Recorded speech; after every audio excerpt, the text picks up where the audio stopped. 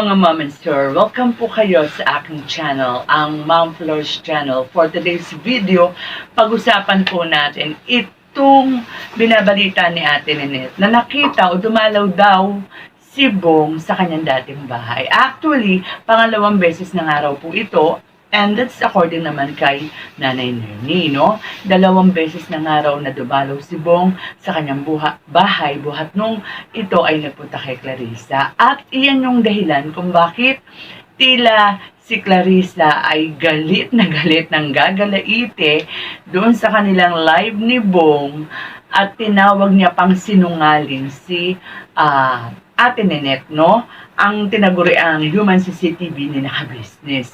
Well, para sa akin naman, kung sa kredibilidad lang naman ang pag-uusapan, siguro mas kapanipaniwala naman ang sinabi ni Ate Ninette kasi madaming mga tao ang nakakita kay Bong na magpapatunay na talagang pumunta nga doon si Bong.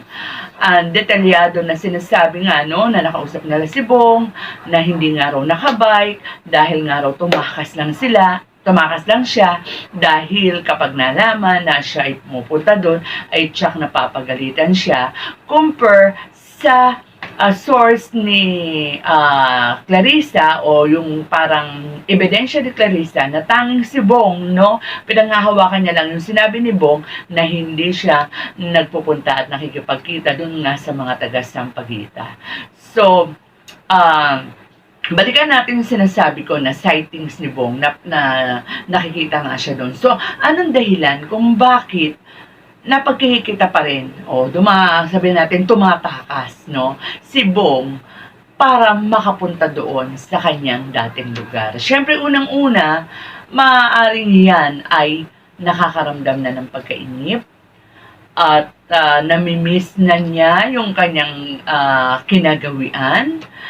Sabi nga nung isang nag-comment dyan, baka kung may pera si Bong, baka siya ay pumunta na doon sa kanyang mga dating kasamahan at nag-inuman. Ako naman po ang tatanungin, bukod doon sa mga nabanggit ng ating mga viewers, ng ating mga ka-business, pwede rin naman po natin masabi na paunti-unti, maaaring nagpaparamdam na si Bong o kumbaga nakikiramdam na si Bong, balita kay naka-business, di ba? Maaaring kung si Bong lang ang masusunod, tingin ko gusto niyang pumunta kay naka-business kahit siguro dalaw lang. Yun naman talaga, di ba? Kahit dalaw lang, sana maisipang dalawin ni Bong si naka-business.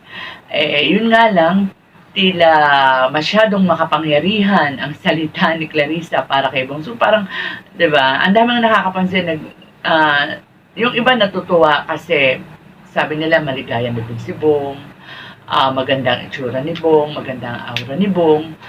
Pero kung napapansin niyo po, kung napapanood niyo ang pagla-live nila, tila di po ba parang mas lalong nakakaawa si Bong kasi mistula na siyang puppet.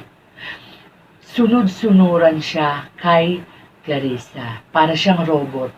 Oo, hindi, ganyan. Tapos parang takot siyang i-express ang kanyang nararamdaman. Takot siyang sabihin ng totoo. Parang si Bong na nakilala natin na kahit ganun, may pusong mawain.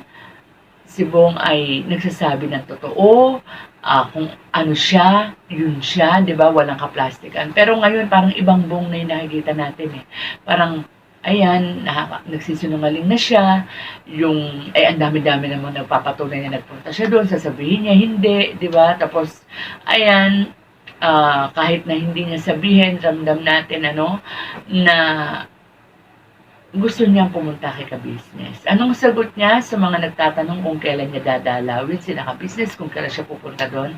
Saka na. Hindi niya sinabi na, di ba, before sabi niya, baka hindi na. Kasi, di ba, ngayon anong sabi niya? Saka na. Ibig sabihin, nagkakaroon na ng konting pagbabago, nagkakaroon ng konting pag-asa na soon, di ba? Kung hindi man soon, maaaring dalawin niya sila ka-business. Maaaring yung dalawang dalaw na yan ni Bong, maaaring baka sunod-sunod na yan eh, di ba? Hoping tayong lahat. So, with that mga ka-business, hanggang dito na lang po muna ang ating usapan. And bago ko po nga pala makalimutan, gusto kong i-congratulate ang ating co-reactor na si Anime Reactor TV kasi pinanood ko yung kanyang reaction tungkol dito sa pagdalaw ni Bong dyan nga sa dati niyang tirahan. At saka yung kanyang reaction doon sa mga pinagsasabi ni Clarissa sa kanyang vlog. Ang masasabi ko lang, bravo. Ang galing mo, bro, Anime Reactor TV. Kasi, totoong-totoo yung sinasabi mo na nanggagaliitin niya si Clarissa. At sinasabi niya sinungaling si Ate Nanette. Eh, hindi niya ba napansin, di ba?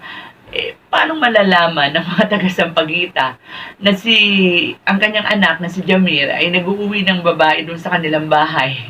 Eh di syempre kay Bong, dun palang huli na natin, di ba?